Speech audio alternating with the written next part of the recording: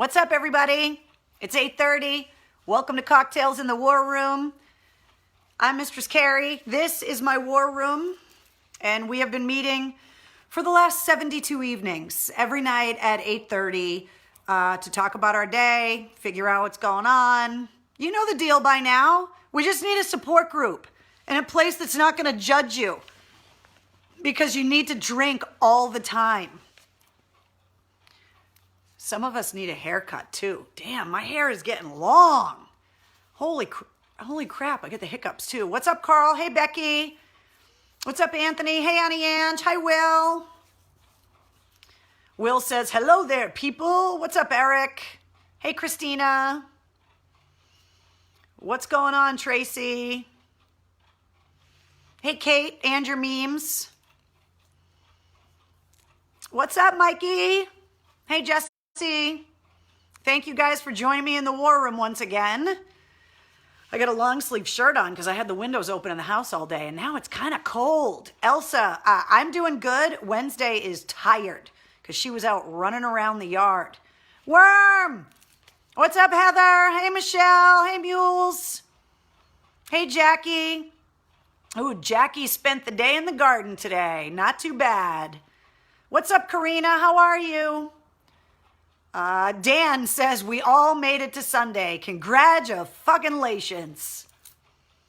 Getting next Saturday my haircut. Yeah, says Lisa. I know. I just happened to look at myself and I was like, holy crap, my hair is getting long. Holy hell. Raising my hand on the haircut. I'm a freak, says Amy. Ever wonder how many people are watching you while pooping? No, I never thought about that, Eric, but if that's what you're doing right now, the count is up to 1. You can put poop emojis up there if you've watched Cocktails in the War Room on the toilet. I mean, some people watch TikTok videos or scroll through Twitter and, so if you're watching Cocktails in the War Room right now, just make sure you wipe good if you're on the toilet. Eric says, donated platelets today, felt good to get out and do some good. I'm telling you, going out and donating blood, sometimes it's just the little things, that you're helping in any way that you can. And, that they need the blood and you can download the American Red Cross blood donor app and you can make an appointment. You can do it all through there. What's up, Collins? Hey, Grace.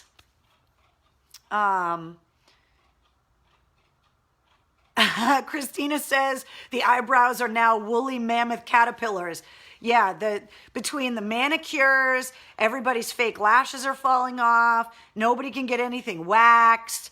Your gray hairs are coming in. You need a cut. We're all just falling apart right now. Can't wait for haircuts everywhere. Christopher says, happy Memorial Day. We talked about that a little bit before. It's really not that happy of a holiday.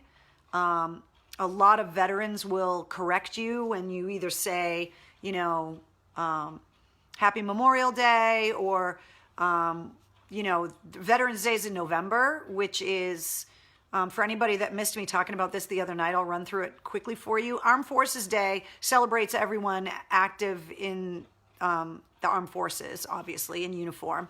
Veterans Day commemorates everyone who's ever served.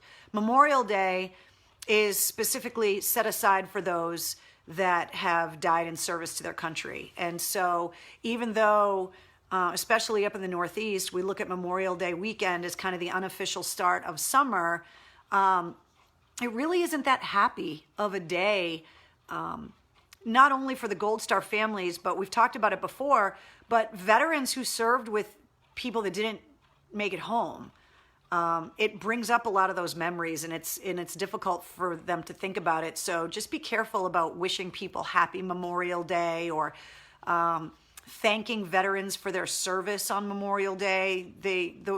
A lot of the veterans that I know and the people that I've heard talk about it will always really try to put the focus on the Gold Star families and the guys that they lost, which is, really what we should be focusing on. So Jessica says, thank you. So many people don't understand. I mean, listen,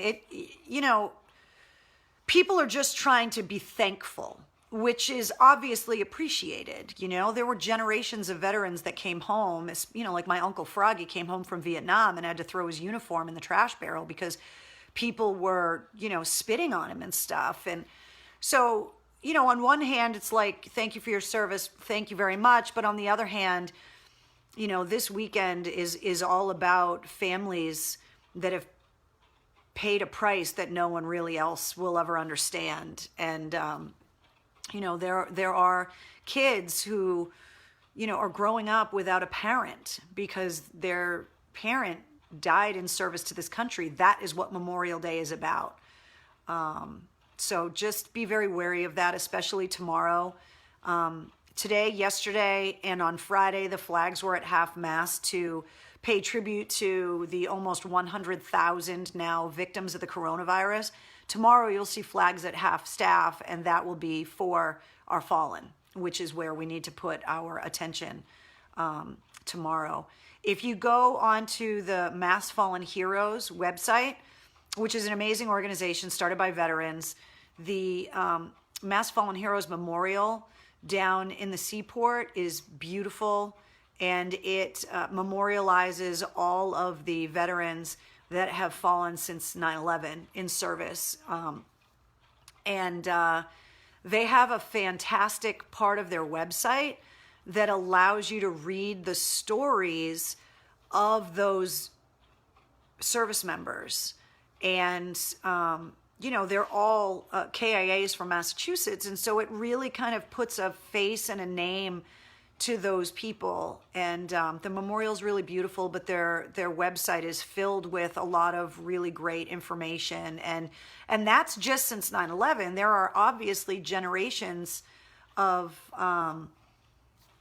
kids that have grown up because they, lost a parent or a grandparent or... So just be very wary of that with Memorial Day this weekend. I'm sorry to get on a high horse, but I just always really want to make sure, sometimes civilians just kind of don't understand. And so I just wanted to make sure that everybody was aware. Andrew says, May 29th is my Memorial Day, 15 years since my wife passed away from cancer.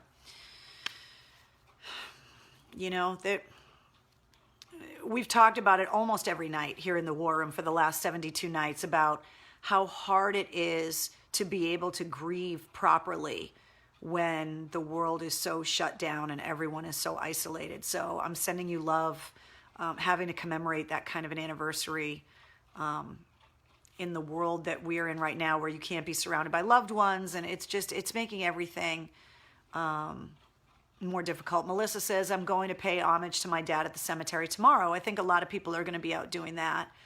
Mark says, people need to understand it. Thanks, Carrie. So I appreciate that. I don't want you guys to think I'm preaching to you. I just really want to make sure that people understand what the difference is. Eric says, this is always educational. Yeah, so I just explained to you the difference between Armed Forces Day, Veterans Day, and Memorial Day. Last night, I explained the difference between being sober and being drunk, thanks to our friend Fernandez, my friend Fernandez, and now your friend Fernandez by default. So last night, you guys watched me drink my big skull mug of sangria, which I have done in the past. Fernandez has made me many batches of sangria. By the way, before I go off on Fernandez's sangria, my friend Richard Fitz Jr., who is a Gold Star son, is watching us right now. So I just want to make sure that we're sending love to him. His dad was a Green Beret who was killed on a secret mission in Laos during the Vietnam War, and it took him years to find out the truth of what happened to his dad. And he made a fantastic documentary about what his journey was like, because he was a really small kid when his dad was killed, about what it was like to try and research the details of his father's mission. And Richard, will you do me a favor? Will you put a link up on these comments on where people can get information about your documentary? He's a local guy, South Shore guy, put this documentary together, which is incredibly touching. And he just did a beautiful job with it. And because it's Memorial Day weekend, if you're looking to, really see the meaning behind the weekend. I mean, here's a local Gold Star son who, to get to know his dad, had to research and film a documentary and fight for years for them to declassify the mission so that he could find out exactly what happened to his dad. It's a really unbelievable story. I interviewed him for my Side Piece podcast a few years ago at WAAF, and you can still find that podcast episode posted up in places. It's just he says, bear with me, lack of tech savvy, give me a bit. No problem. Sorry to put you on the spot. I just really want people here in the War Room to, to be able to see an example, of what it's like to grow up as a Gold Star family member. And your documentary is just amazing. It's very touching. It's very well thought out. You just did a fantastic job with it, and I think people should see it, especially this weekend. If you are also, a civilian and you really, don't have anyone in the military in your family, I know I've brought it up in the past and we've talked about it, but there is a movie that was produced by HBO starring Kevin Bacon called Taking Chance, which is a true story. And it was written by a lieutenant colonel who volunteered for escort duty to escort the remains of a fallen Marine back that happened to be from the same hometown. And the movie is such an amazing and powerful film that I really feel like everyone should see it. And you can find it on demand if you just search for Taking Chance and watch it this weekend. If you haven't seen it, I watch it every year. It's such a beautiful movie. It's not a big, high budget blockbuster of a movie. It's just incredibly touching. And it is based on the book that the colonel wrote about his experience. So check out, Eric says, great book, great Bacon movie. Jessica says, very emotional movie. Roger, another Gold Star family member, says, my brother was killed in action in Vietnam in 1968. This weekend, we're supposed to be remembering people like Roger's brother and Richard's dad and people that have fallen in service to this country. Richard says, by the way, Vietnam Magazine, June 2020 issue has an article and an interview about my documentary, 21 Years, A Folded Flag. That's the name of the movie. And there is, Richard, go back through the comments, and Richard's putting up links about the movie, but you can also Google it. It's called 21 Years, A Folded Flag. And it is his story about researching his dad and his dad's mission that was a secret, and what the nature of the circumstances was behind his father being killed in action. And the story is just remarkable. I mean, we really sat down and talked for a couple of hours, I think, on my podcast a few years ago at the radio station. And, it's an unbelievable story, because it's one thing if you're the family member of someone that is killed in action, but when that mission is classified and they weren't supposed to be where they were at the time, and, you're not allowed to know what happened to your loved one. And in his case, he was a really small kid and grew up without a lot of answers as to exactly what happened to his dad. Philip says, I lost my cousin. Nate says, we're here with your friend Eric. He says, hi, what's up, Eric? How are you? And there are a lot more Gold Star family members than you might know more than you think. So just make sure that you're reaching out to them this weekend. Mark says, lost 2 friends in Iraq in 2003. Exactly. That's, the band that I wear is my friend Jane's husband, who was killed in the time frame when I was in Afghanistan. And I got to meet her after the fact at Arlington National Cemetery. And it just... that's what this weekend is for. I'm not trying to be preachy. I'm not trying to make you sad. I'm just really trying to just make sure that everybody kind of puts the focus where it needs to be. And Joe says, my aunt was a Gold Star mother. You know, the St. Patrick's Day parade, there's always a Gold Star mothers section of the sidewalk when the floats go by, and the bands and everyone always stop and make sure that they pay tribute to the Gold Star mothers. And Melissa says, my dad is a victim of Agent Orange. I mean, it's, you know, there's a lot of people that are really impacted, and Memorial Day brings up a lot of emotions for people. And especially this year, because everyone's so emotional anyway, because we've all been so isolated, and things have just been so stressful and tough, whether it be financially or, you know, emotionally, or, you know, whatever it is. Renee says, my Bappa was at the raising the flag on Iwo Jima. He was proud to serve his country and proud to be a Marine, but he did not. Renee, I can't read the rest of your comment because it was too long and it won't let me expand it, but I will come back and read the rest of your comment. Let me see. Oh,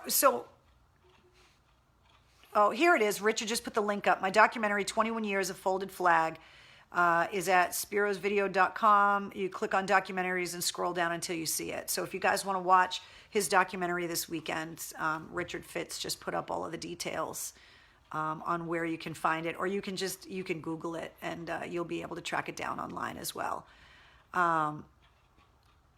Travis says, I am remembering Marines that I served with who were killed in the line of duty, even though they weren't in combat. I mean, you know, if there's one thing that these wars since 9/11 have kind of showed people, is that they're, you know, the term front lines or, you know, non-combat, they really didn't apply. There were a lot of people that had non-combat MOSs that were killed in action. So, you know, it's definitely kind of changed a lot of things. So speaking of my military friends, getting back to Fernandez. So last night you guys saw me drink that big giant mug of Fernandez's sangria that I pulled out of his bushes yesterday on my way home from picking up all of the Cocktails in the WarRoom t-shirts. I left him his t-shirts, came home and poured myself the big skull mug of sangria that you guys have seen me drink many times here in the WarRoom. And if you were with me at the end of last night's Cocktails in the WarRoom, you guys were all commenting, oh, you're so fun, you're so giggly right now, blah, blah, blah, whatever. Richard just put the trailer up to the documentary too, as a link on YouTube. So I get done talking to you guys last night, and I messaged Fernandez. And I was like, dude, what the fuck is in this batch of sangria? Because I'm sideways. And I only had the one glass of sangria. Hold on. As you can see, I chose a smaller portion size tonight, a smaller mug. So I said, what the fuck did you put in that sangria? And he messaged me back and said, remember that mason jar of moonshine you gave me? Yeah. So last night and tonight, in a smaller mug, this batch of Fernandez's sangria had an extra ingredient of moonshine that my friend makes, that I gave to him, to Fernandez, as a gift. When he gave me his first batch of sangria, I gave him a mason jar of my friend's homemade moonshine and was like, here, thank you, I appreciate the sangria. Well, he put a bunch of that moonshine in this batch of the sangria. Debbie, it is definitely not bigger. It might look big this way, but the circumference of the mug is way smaller. So this is actually a much smaller mug of sangria. And so needless to say, I spent a lot of quality time laying on the couch after we talked last night with Wednesday, because I really couldn't do anything else because I was kind of wasted. Thanks a lot, Fernandez, who then sent me a picture. I covered up his face because, well, I want to protect the poor man.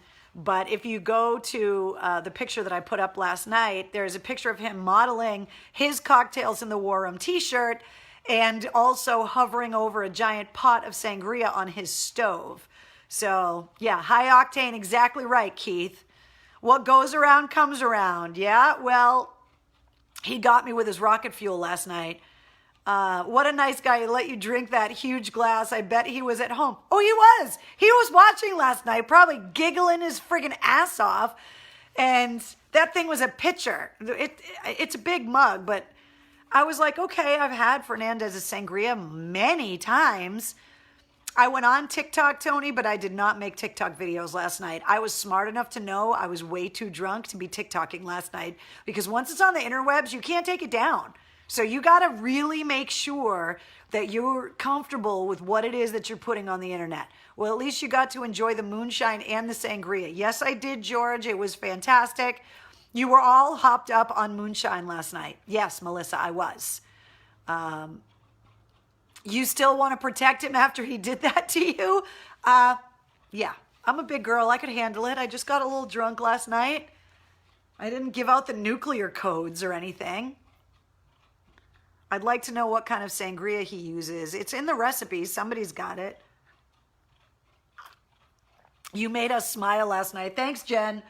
I appreciate that. I'm glad that my drunken giggling last night was for your enjoyment. Didn't it taste different? Sherry wants to know. No, that's the problem with the moonshine my friend makes. You can't taste it. I went full Fernandez last night. You never go full Fernandez. Never. Carrie Hammered is funny, Carrie. Thanks, Bish. I appreciate that. Luckily, I'm not one of those people that like picks fights when I'm drunk, that I get pretty giggly and I can be pretty fun. Unless I drink tequila, and then, like I've told you in the past, then I want to commit crimes, but only like misdemeanors, not like felonies. But I don't want to like go, and I'm not that drunk girl. It's like, fuck you, and like throwing punches in Southie at 2 a.m. Not like that. Were you hungover? No.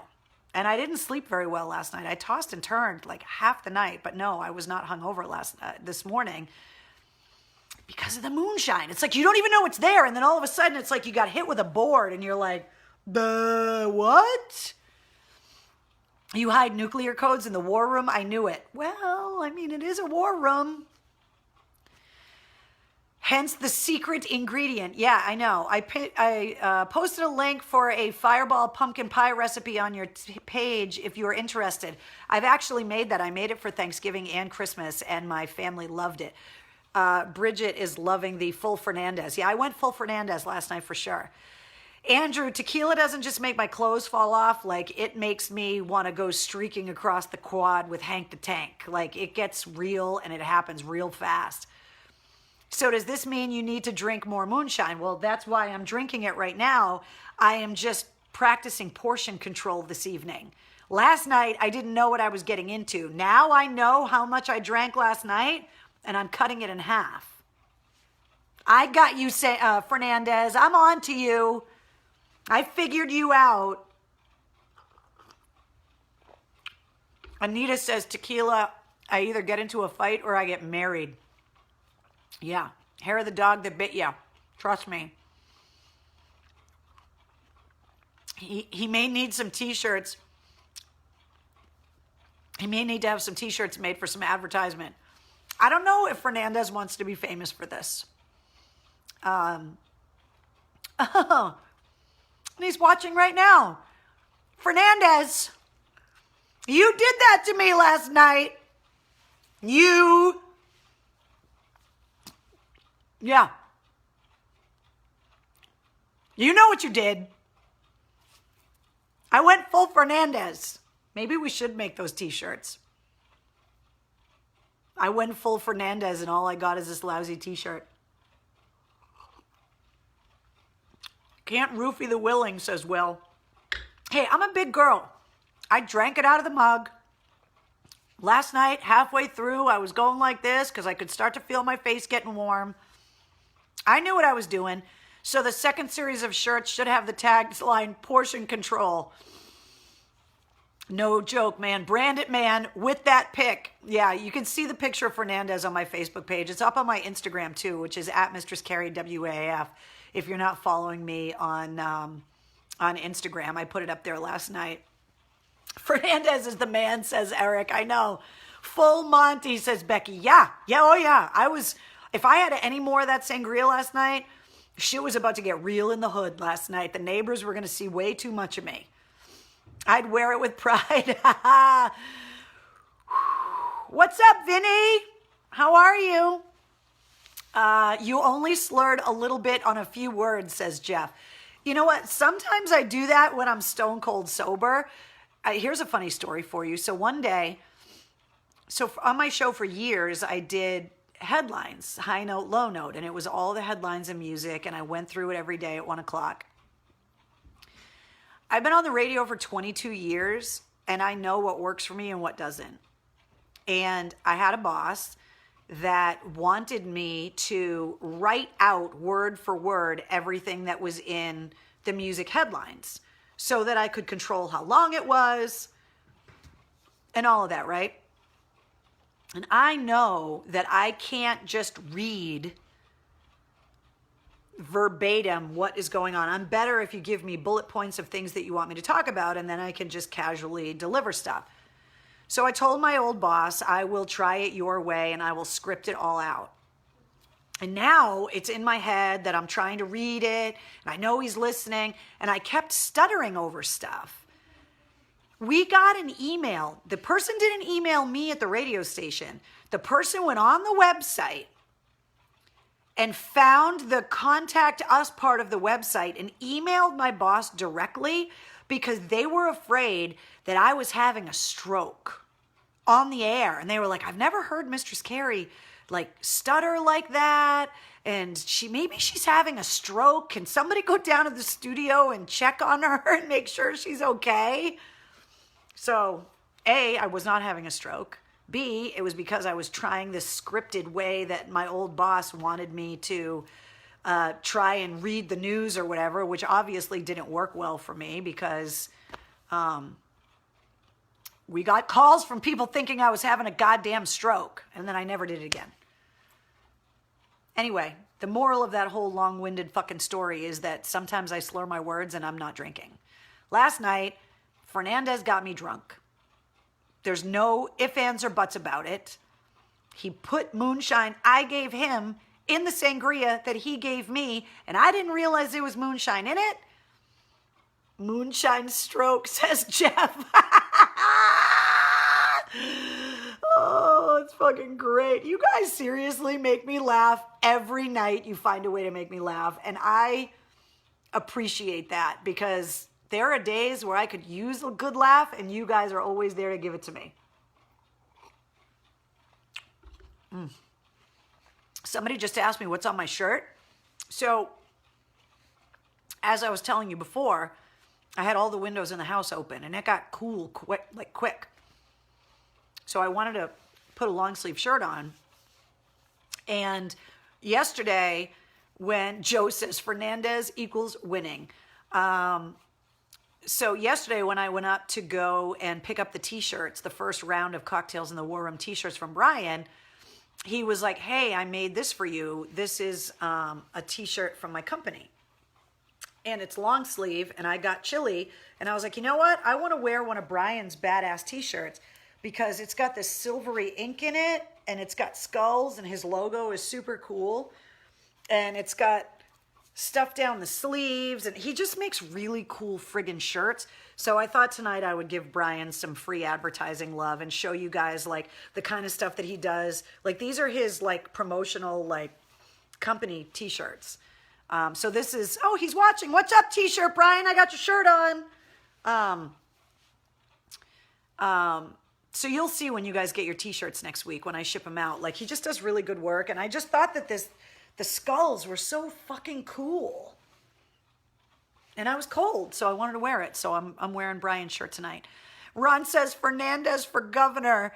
You know what cracks me up is that you guys only know Fernandez because he gets me drunk on sangria during a global pandemic. But there's a lot of my Afghanistan buddies that are watching this right now that know Fernandez from serving with him, that like are laughing that Fernandez has like his own fan club now, that he's like famous now because he gets me drunk on the internet for your benefit and entertainment.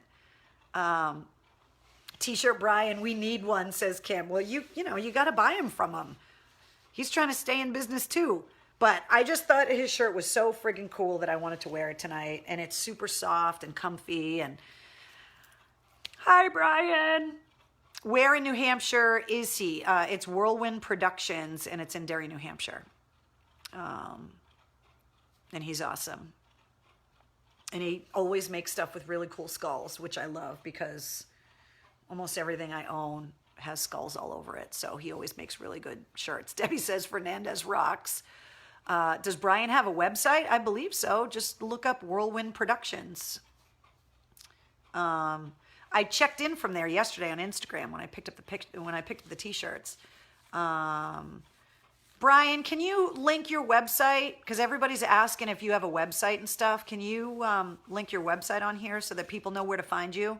Because literally everyone is asking, does he have a website? Does he have an online store? Jeff wants to know, hey, can you show where you hung the War Room sign? Yes.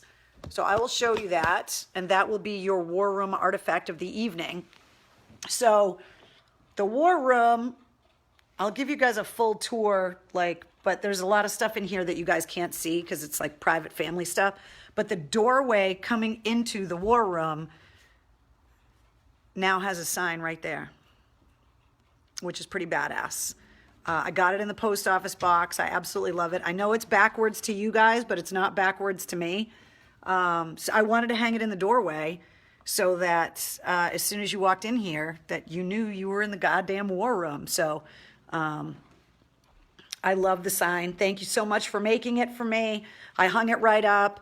I also hung up the Mouth for War song lyrics that Karina sent as well because it was just too cool not to. So you guys are amazing because you're sending me awesome stuff in the post office box, which I love. So that's a sweet spot for it. Love it. Yeah, I wanted to put it right in the doorway when you walked into the War Room so that Brian just put his link up.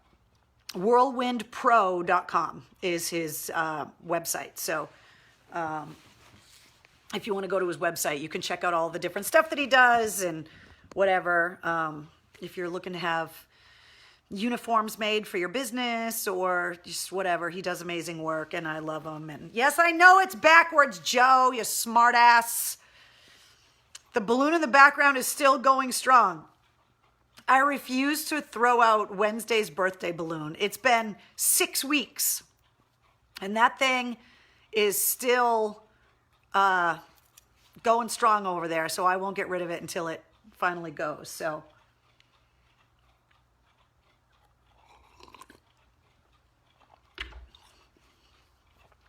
I'm telling you, fruit's the best part.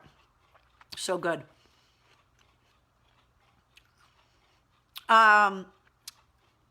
Delina is reminding me about the Dropkick Murphys concert at Fenway.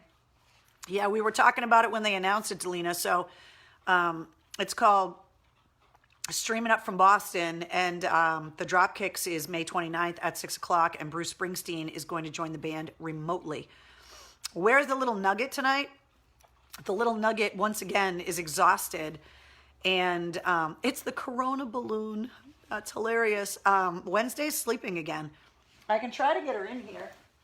I'm warning you, your pets are about to go apeshit with the Brontosaurus. Wednesday.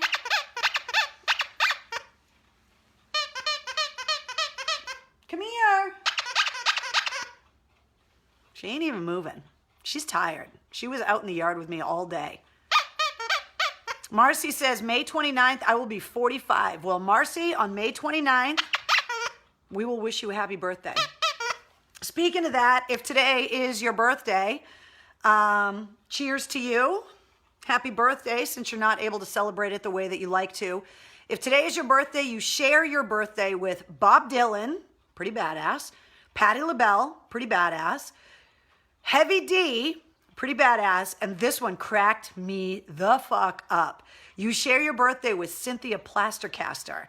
Now, it cracks me up because she's not even a musician, but on all of the websites that list all of the different musicians' birthdays, Cynthia Plastercaster's on it. Can you imagine there being a freaking groupie in this day and age, in 2020, that was taking plaster casts of rock stars' penises? That shit was going on in the 60s and 70s. And today's her birthday, so Cynthia, you were a true pioneer. Happy birthday. Eric says, I went full Fernandez and all I got is a bag of dicks. Oh my God. I would love to know how many bags of dicks the Bag of Dick place sold after we talked about it in the war room. And the F-bomb. Keith, come on, man. Bag of plaster dicks. There you go. I'm allowed to say the F word. Is it really Gene Simmons' birthday today too? How did I miss that? The sangria is going quickly. You will need a refill. No, Mike. No. Life lesson. Portion control. I know exactly how much of this batch of Fernandez's sangria I can drink before things get off the rails. So when this mug is gone, that's my ration for the evening. But the problem is, it tastes so friggin' good, you just want to drink it all. And then all of a sudden, you go to get off the couch in the war room, and you're friggin' legless. And you're like, wait a minute, what? I hoard that website out, says Jessica. Fuck Gene Simmons, says William. Plaster caster Gene Simmons. No, August 25th is Gene Simmons, same as me. Okay, yeah, that's why I was like, I don't think I missed Gene Simmons' birthday. Eric says yesterday was the 40th anniversary of The Shining. Holy shit. I would have talked about that last night, but I was drunk. Thanks a lot, Fernandez. It's all your fault. I know I wait for the F-bomb every night. I don't even notice it anymore. And I really should be careful because after the pandemic, if I do end up back on the radio, like I'm going to have to be really careful. Because I really like saying the F word, especially when I'm drinking. Told someone they deserved a bag of black licorice dicks. Oh my God. Red rum. The Shining 2 is great, William says. Is it really though? It's kind of hard to make a sequel to a movie that good. Educational show. That's right, Lisa. We're conjugating verbs over here.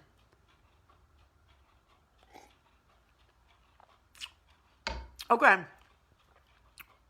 So I want to talk to you guys about this because we already talked about Tom Brady and Gronk and Kobe Bryant and WAF going off the air. It's St. Patrick's Day and opening day and the marathon and the fucking UFOs and the parallel universe and then the cicadas. 2020, fire departments are now trying to get the warning out that as it gets hotter, that hand sanitizer could explode if you leave it in a hot car. So on top of all of the other things that you have to worry about currently, you also need to worry that as it is going to get warmer, which this week I think it's going to get up to like 88 degrees for a couple days, that hand sanitizer, if you leave it in your hot car, can in fact... Oh yeah, and the murder hornets. Thank you, Tony. I almost forgot about the fucking murder hornets. That hand sanitizer can explode in your car. Add it to the list of stuff that you need to worry about because I don't know if that is covered by insurance. Like I know in Massachusetts, glass is covered. So if you shatter your windshield, they'll fix it for you. I know that, if you get into a fender bender or whatever, I don't know if you call State Farm and you ask them about their khakis and then you say, oh, by the way, half my car interior is melted because I left a bottle of hand sanitizer in there, if they're going to cover it. So Jim says hand sanitizer is a minimum of 140 proof. Well, that's what I'm saying. It's 80% alcohol. So you can set your friggin' car on fire with your hand sanitizer, so don't leave it in the car. Add it to the list. Richard says, I love the smell of hand sanitizer in the morning. Mike says, sangria is almost gone. I vote to bring on the tequila. That is not happening. You know what I did? Oh, wait, hold on. And the adult pot shops open back up tomorrow, says Michael. That's right. And they're delivering curbside.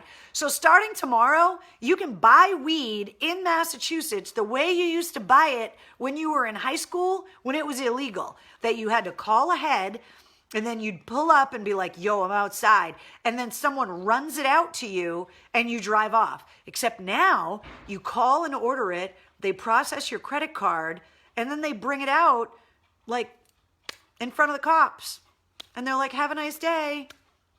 So you can start buying legal weed in Massachusetts again. Although your definition of legal is, well, it just depends on whether you're in front of a federal officer or a state one in the Commonwealth. So yeah, at least you get that back tomorrow, which is great. But seriously, think about it. Tomorrow you're going to start buying weed the old-fashioned way, but totally legal. We're living in the upside down world on Stranger Things right now. But if you ran out of weed and you didn't have a connection, you can join us in the war room with your weed now, if you haven't been doing that already. I'm sure there's a bunch of you that have been sitting on the toilet and smoking the pot. And don't forget to wear a mask, says Jeff. Exactly.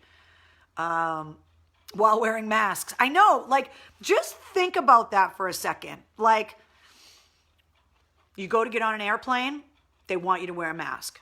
You go to the bank, they want you to wear a mask. You're going to buy a controlled substance, they're telling you to wear a mask. I get better from my dealer, says William. Well, this will keep you from getting arrested. Pay your damn taxes. It will save the economy, says Michelle. Well, I don't think it will happen. I've left it in there and inside my car and got up to 100 degrees and no boom, says Annette. Well, sorry, I have a bug bite on the back of my shoulder and it's just so bad. I wouldn't want to chance the hand sanitizer thing. Renee says, debit and credit only, no cash. I know, like, you're giving them your credit card information. Wear a mask, won't see your complete face. New Hampshire said they didn't want any out-of-staters visiting this weekend, yet all I saw in my town was New Hampshire plates. Yeah, I know. Everybody's just gone off the rails this weekend because the weather's been so nice and everybody wanted out of the house. But yes, the pot. They're on the pot, Brian.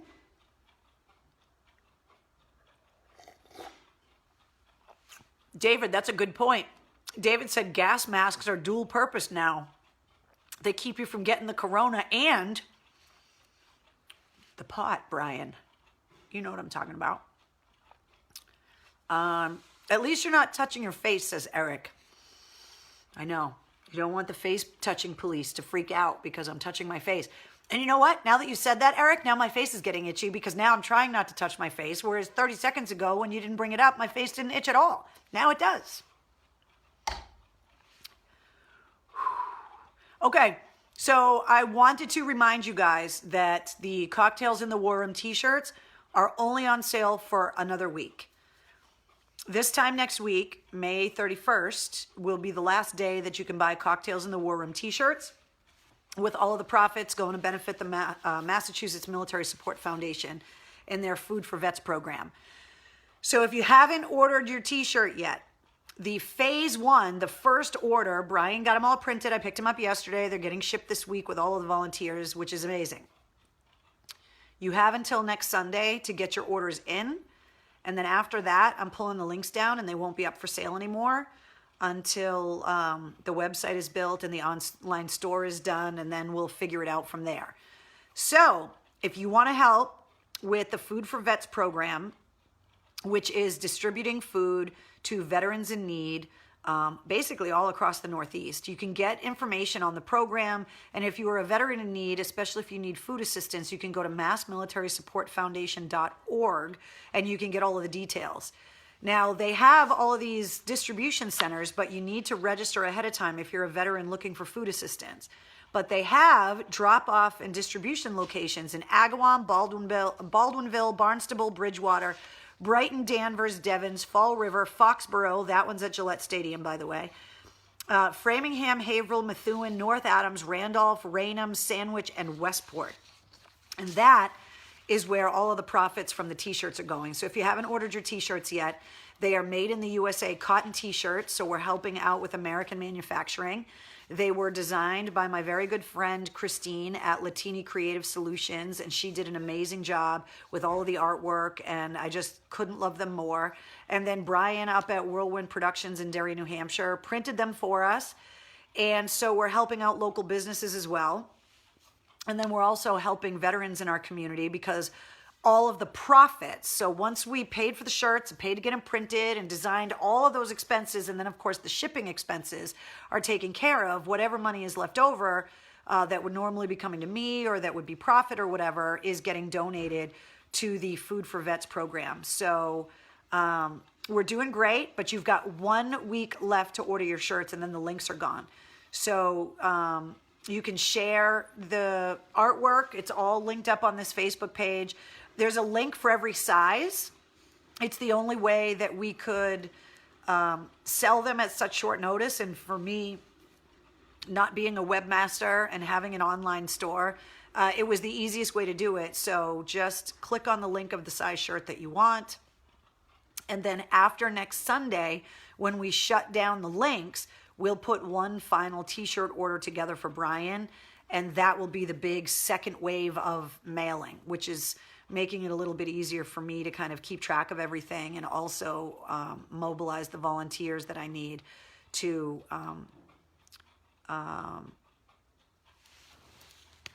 get them all mailed out. So they're not looking for food donations. Don't get me wrong. They've got corporate food donations, but they need our money donations to pay for expenses, and especially like truck fuel to be able to get out to all of these distribution sites. They're staffed by volunteers that have been packing these boxes. So if you don't know what the Food for Vets program is, if you are a veteran that is in need of food assistance, you go to massmilitarysupportfoundation.org and you can register for the distribution site that is closest and most convenient for you. I'm sure they're going to require some kind of proof of service and discharge paperwork or whatever. I'm not really sure exactly what their requirements are. But then during the certain hours and days, you can go there with your appointment and they will give you a box of non-perishable food that is good for 2 people, 3 meals a day for 2 weeks, which is pretty amazing. So you guys rock for continuing to order these Cocktails in the War Room t-shirts. But I just wanted to remind you that 1 week from today, we're shutting down the links and you won't be able to get them after that. So order away and get cracking. All right.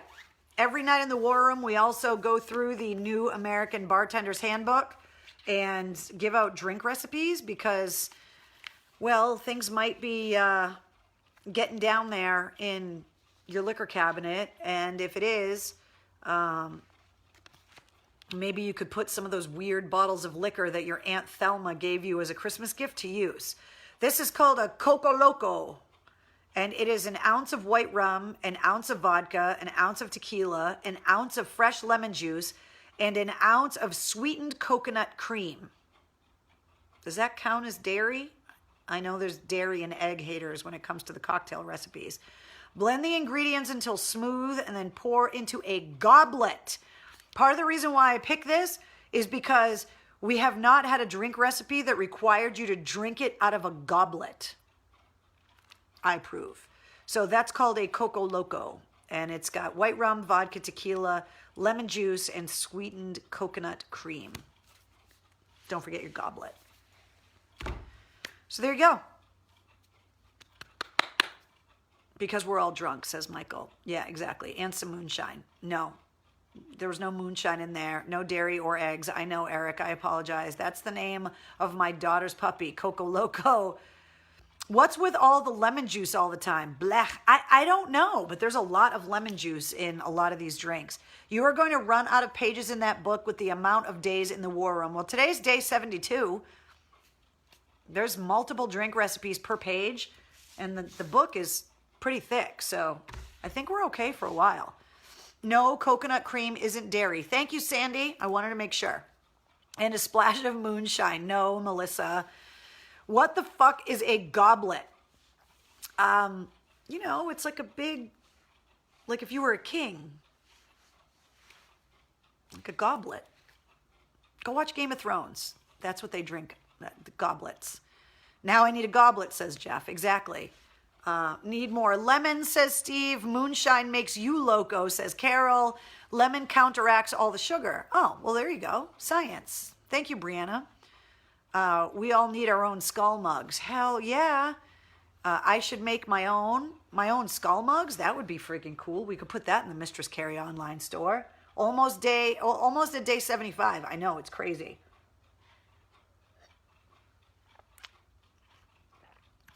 Jen says lemons are good for you. Amy says Fernandez was drinking out of one of those last night.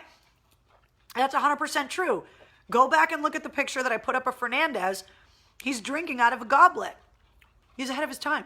He's a trendsetter. Fernandez is the man. You are clearly not Harry Potter or a Game of Thrones fan. Who, me? That's what I said. Go watch Game of Thrones if you don't know what a goblet is. Sorry, my face was just itching. I can't deal with it anymore. Debbie says Fernandez has an awesome goblet. Debbie, that sounds dirty, even though it wasn't. And you're like, hey, nice goblet. Just sounds dirty. Mistress Carrie skull mugs. Yes, says Steve. She has a nice pair of goblets. See, Michael, I'm not the only one that thought it sounded dirty. You just made it dirty too.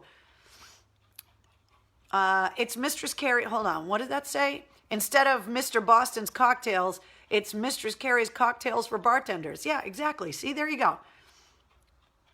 I would buy that book. I'm telling you, there's a lot of really good recipes in here. I'm not trying to plagiarize them by reading all of these recipes out of here, but there's a lot of really good stuff in here. Hold on. I'll read you the back. The New American Bartender's Handbook. 600 classic cocktails, traditional and modern, serving tips and recommended garnishes, tasting notes on premium liquor brands, how to create your own at-home bar, and hangover cures. Ooh.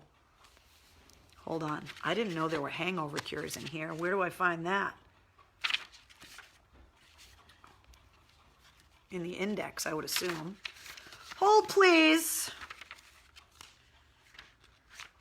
Where's the hangover cure section? It doesn't say.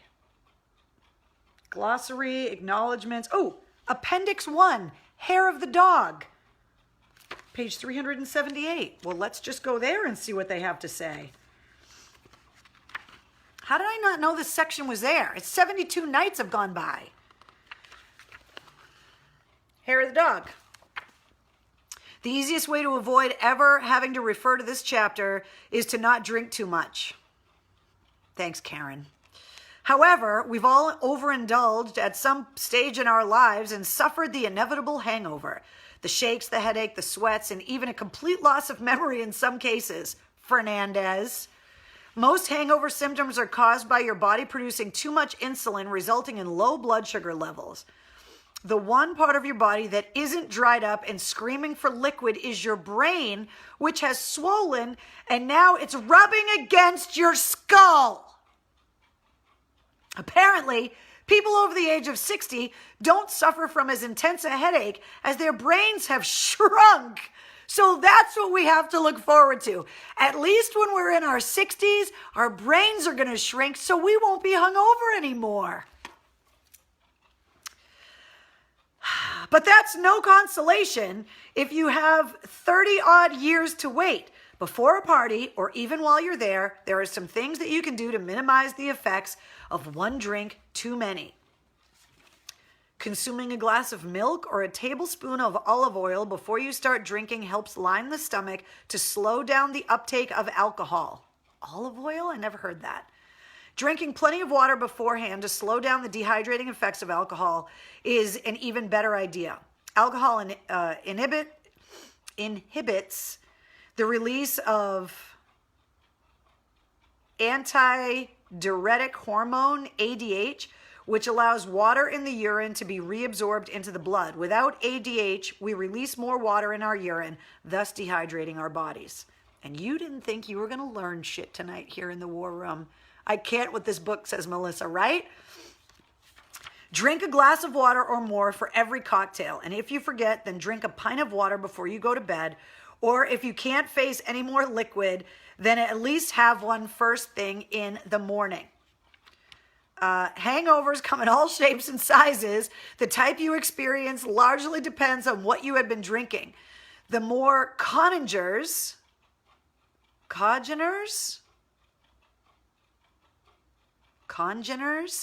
what the fuck is that word? In the spirit, the more vicious the hangover. Be especially cautious of brown spirits like Scotch, bourbon, and brandy.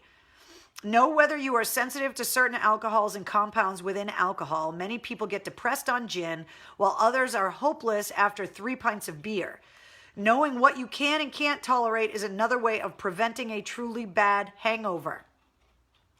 If you forget to carry out any preventative measures before a night of drinking, you can try drinking a cola or eating a fried breakfast in an attempt to raise your blood sugars, but even doctors have to admit that the best way to get rid of a hangover is to turn to hair of the dog, or literally the hair of the dog that bit you.